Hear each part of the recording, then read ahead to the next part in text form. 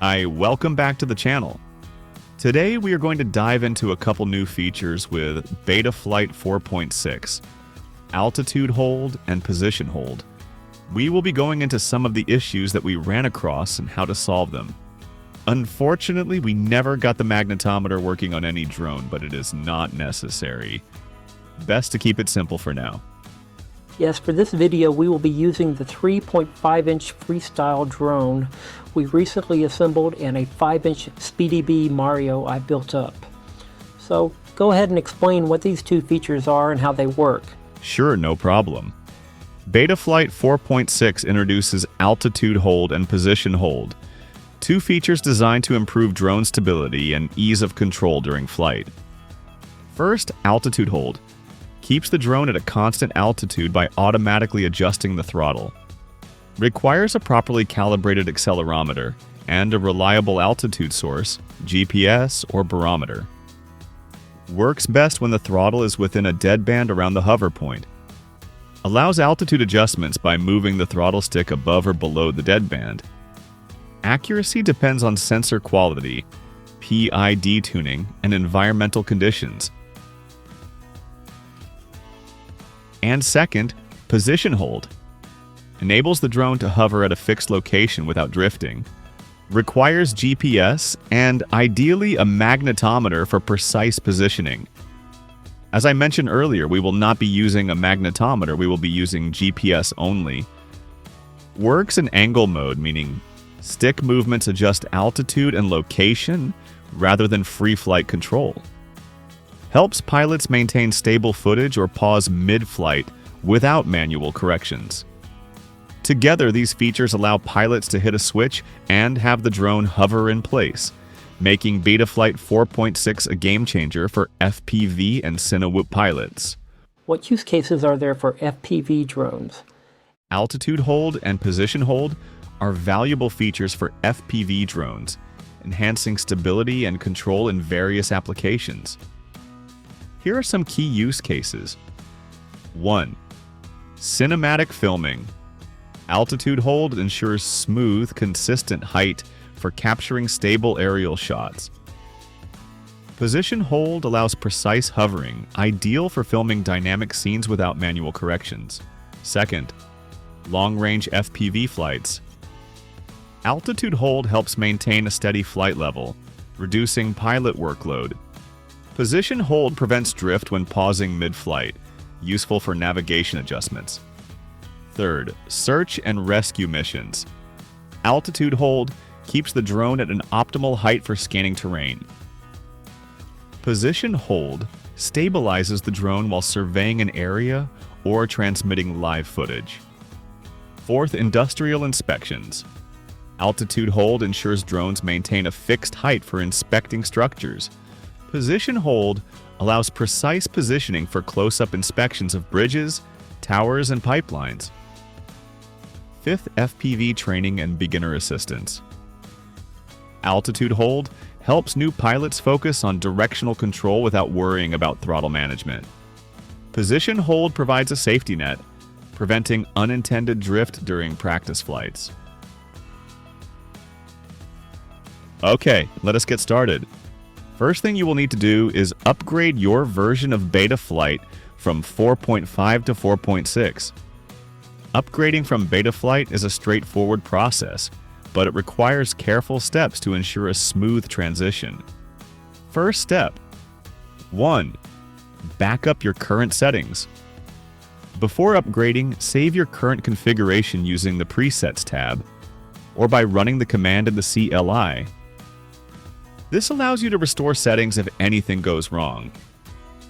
Step 2. Install the latest version of the Betaflight configurator. You can download it from the official website at betaflight.com, or you may choose the online version from the same site. Once you have your drone flashed to 4.6, you will be required to use the online version. It is a bit nicer anyway.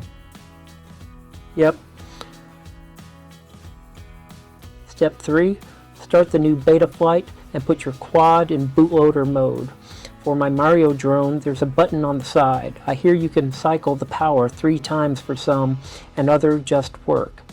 Select the firmware flasher and enable both expert mode and show release candidates. If you are already in bootloader mode, you should turn on the no reboot sequence. Pretty much always have flash on connect off, unless you are flashing many of the same drone. Full chip array should always be on, unless you know for a fact your configuration will work. Select development build and either detect never works for me or select your board manually. You should select the 4.6 version and prepare to build. Click the Load Firmware Online button and you should see a progress bar next to status in the Release and Build info section.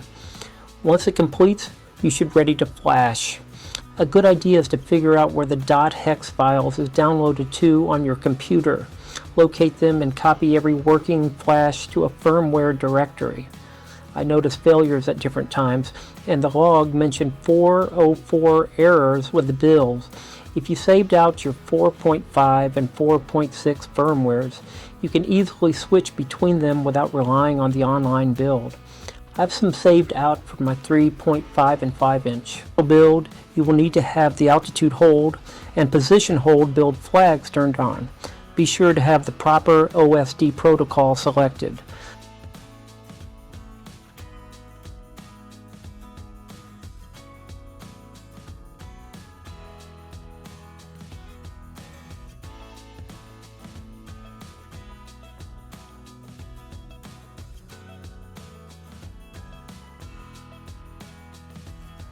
Okay, flash that quad. You should see a green progress bar along the bottom erasing and then flashing your firmware.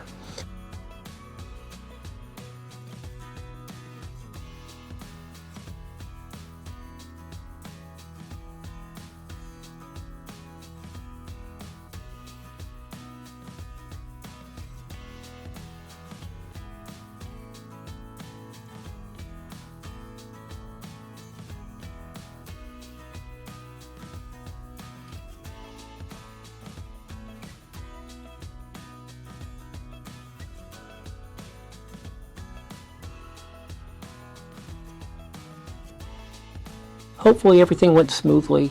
If so, you can now restore the config settings you saved from the presets tab and skip ahead to CLI section.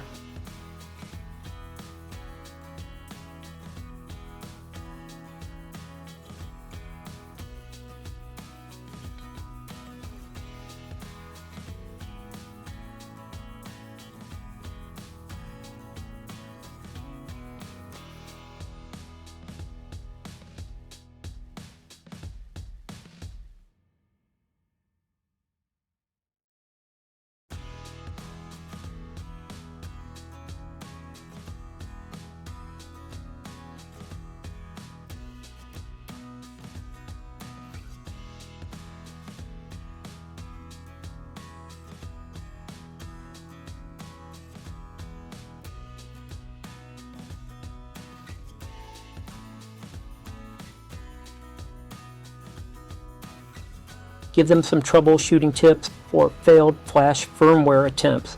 Sure, not a problem. Flashing Betaflight firmware can sometimes be tricky, but here are some troubleshooting tips to help you out. Perform a full chip erase.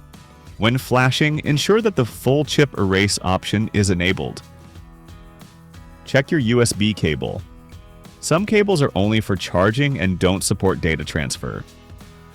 Try a different cable. Install the correct drivers. Windows users may need to install the Virtual COM port driver and use the Impulse RC driver fixer. Use the bootloader button. Hold down the bootloader button while plugging in the flight controller via USB to enter DFU mode. Disable conflicting software. Other programs using the COM port, like 3D printing software, can interfere with the flashing process. Enable no reboot sequence. If flashing fails with a fail to open serial port error, try enabling this option. If you continue to have issues, you will find a link to a Betaflight wiki entry on troubleshooting. Step 4. You only have to do this if you do not have a magnetometer. There is a CLI command line command that is needed for position hold to work properly without one. If you are still in Betaflight, go to the CLI and type get POS hold without mag. It should come back with an off setting. If so, set it to on and don't forget to issue the save command. This will tell Betaflight to use the GPS to determine the direction the quad is facing.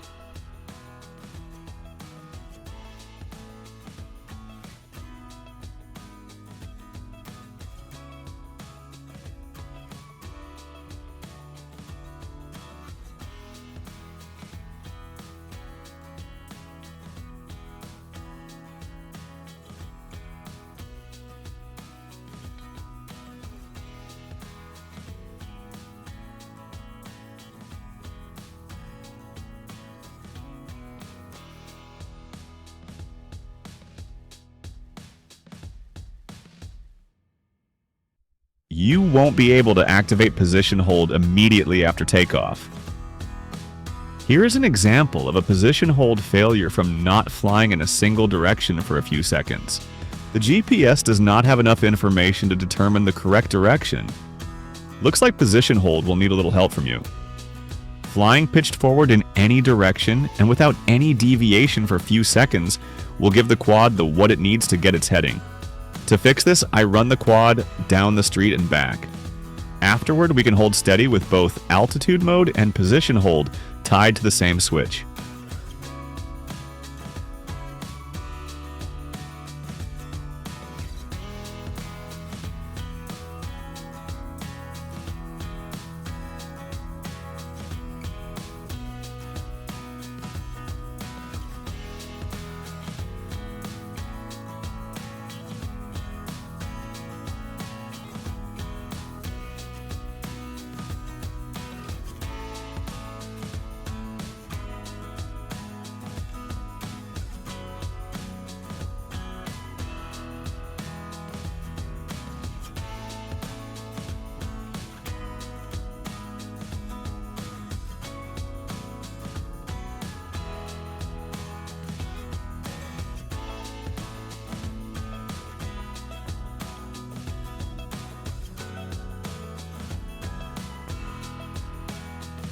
Thanks for watching, and don't forget to hit like and subscribe for more drone-related content.